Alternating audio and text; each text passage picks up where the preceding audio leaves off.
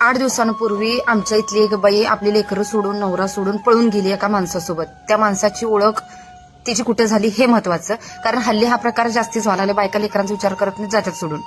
ते बाकीच्या ठिकाणी ठीक आहे, पण ही बाई कधीच घरातनं बाहेर जात नव्हती. व्यवस्थित तिचे पोरांवर प्रेम होतं, छान होतं. आणि जसं एक नॉर्मल नवरा बायकोमध्ये तंटे उडतात तसे त्यांच्यात पण उडत होते. पण तिथं त्यांच्या शाळेचं गेट टुगेदर होतं आणि मग घरचे पण तिला नाही म्हणले नाही, जा बोलले. त्या गेट टुगेदरला गेली आणि एक जुना शाळेतला जो मित्र होता, ज्यानं कधीच एकमेकांशी दोघं बोलली नव्हती, पण तेव्हा त्या गेट टुगेदरमध्ये त्यांना सांगितलं की बाई मला तू आवडत होतीस. तिथनं त्यांचा नंबर एकमेकांना गेला.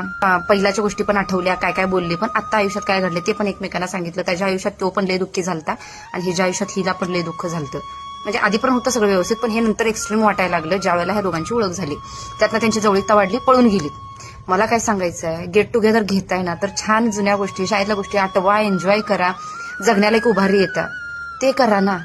प्रत्येक नवरा बायकोमध्ये भांडणं ही असतातच. असे कुठलेच नवरा बायको नाहीत की लग्नानंतर एक 7, 8, 10 वर्ष झाल्यात आणि छान गुलुगुलू बोलत बसतात. असं होत नाही. काही वर्षानंतर आपला महत्वाचा टप्पा आपली मुलं असतात, ते आपलं मेन कर्तव्य असते, ना की गुलुगुलू बोलून हात हातात घेऊन पळून जाणं. मित्र भेटला, मैत्रिणी भेटल्यात, एन्जॉय करा, सोडून द्या. ना की तिथं इन्व्हॉल्व्ह होऊन आपल्या घरातलं दुःख सगळ्यांनाच असतात, पण ती दुःख सांगून तुम्ही पळून जायला लागल्यानंतर असे संसार टिकणारच नाहीत ना. त्या लेकरांचं काय, त्याची बी लेकरं गेली उडत आणि हिची बी गेली. मग काही दिवसानंतर ते नाही काय आपल्या लेकरांबद्दल परत अटॅचमेंट होत्या, तुमच्या दोघांमध्ये पण अटॅचमेंट संपत्या, लेकरांकडे जाऊ वाटते, पण समाजात सगळं घाण झालेले असतं, त्यामुळे आपण परत येऊ शकत नाही. त्यामुळं विचार करून कुठल्या पण गोष्टी करा.